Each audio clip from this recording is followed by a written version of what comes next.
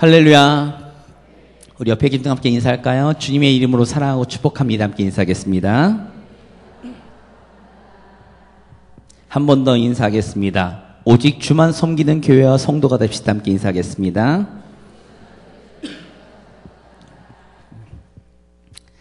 네,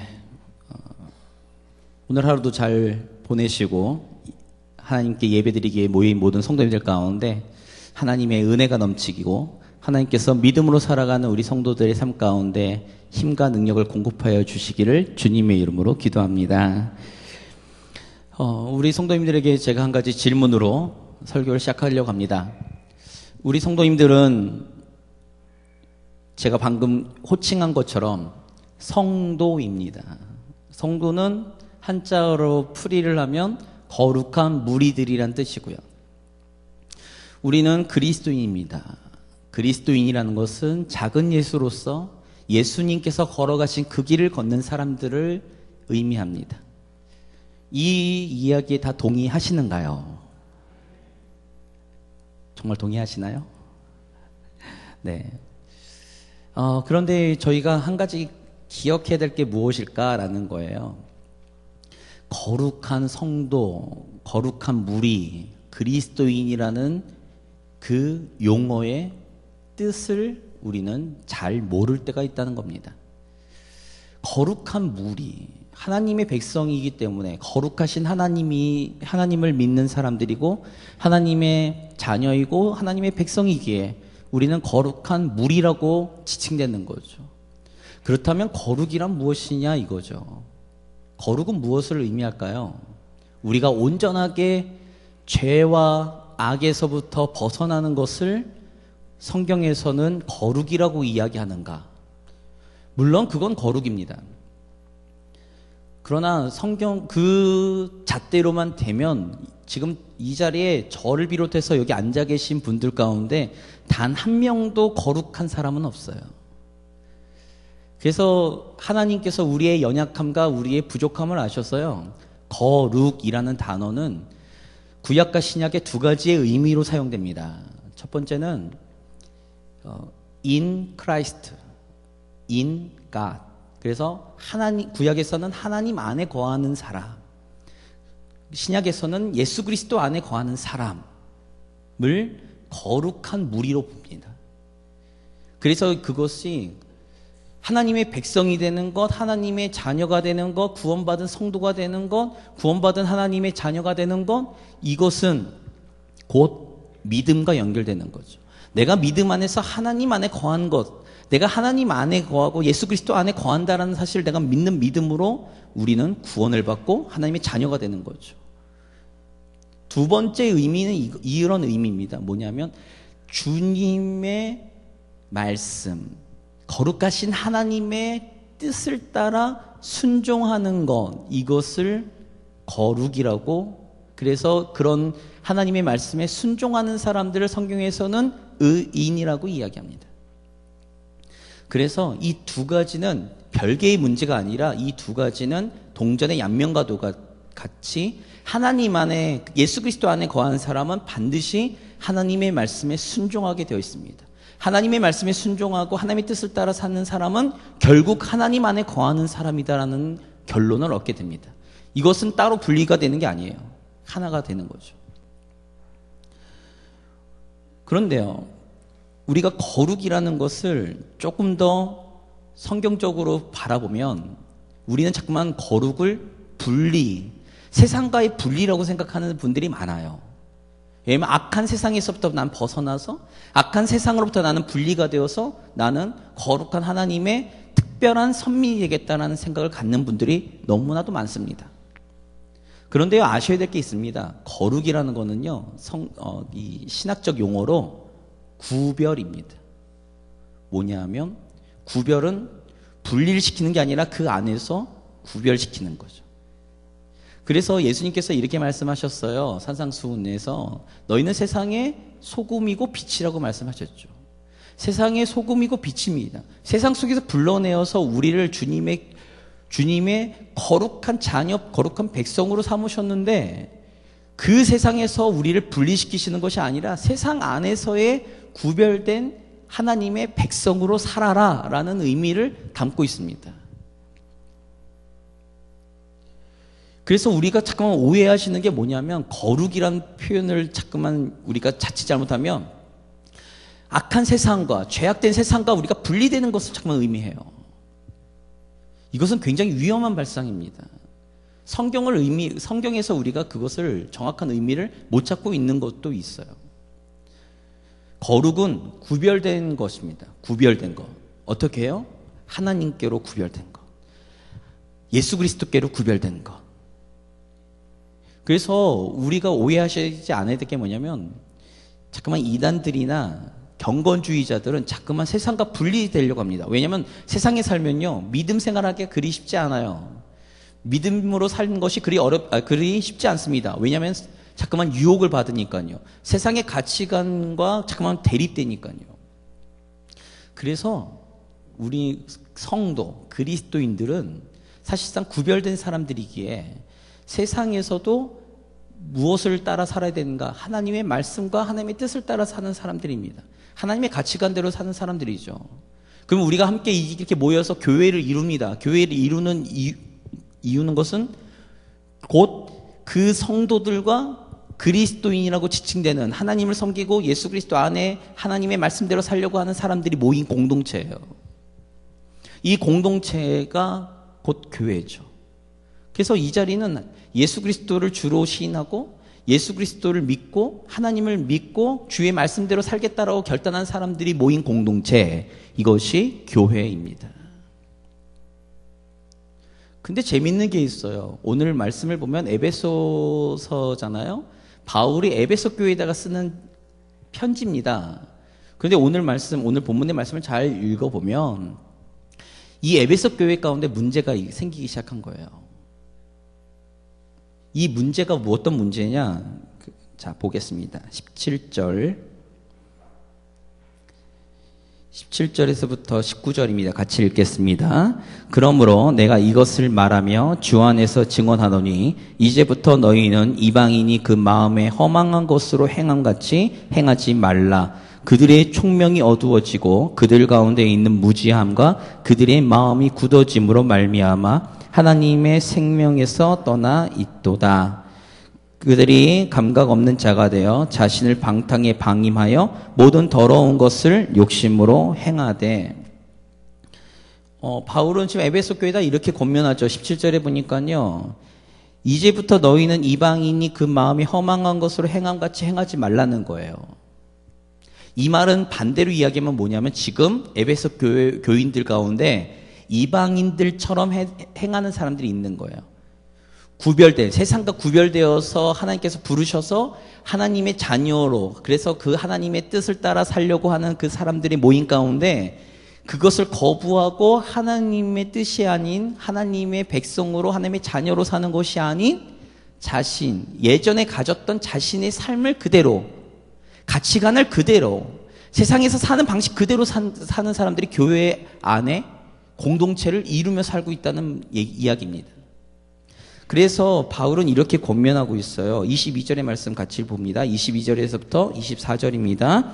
너희는 유혹의 욕심을 따라 썩어져가는 구습을 따르는 옛사람을 벗어버리고 오직 너희의 심령이 새롭게 되어 하나님을 따라 의와 진리의 거룩함으로 지으심을 받은 새 사람을 입으라. 너희는 예전부터 가졌던 구습을 벗어버리고 새 사람을 입으라는 거죠. 이 말은 그렇지 못한 사람들이 있다는 얘기입니다. 우리가 예수 그리스도를 믿는다는 것은, 하나님을 믿는다는 것은 하나님을 나의 삶의 주인으로, 나의 삶의 왕으로 모신다는 거예요. 그분의 뜻을 따라 살겠다라고 결단하는 거죠. 그분의 백성이 된다는 것은 그분의 통치를 받겠다는 이야기입니다. 예수 그리스도인이 된다는 것은 예수님께서 걸어가신 그 길을 따라서 나도 예수님처럼 걸어가겠다는 거예요. 그 삶을 걸어가겠다는 거죠.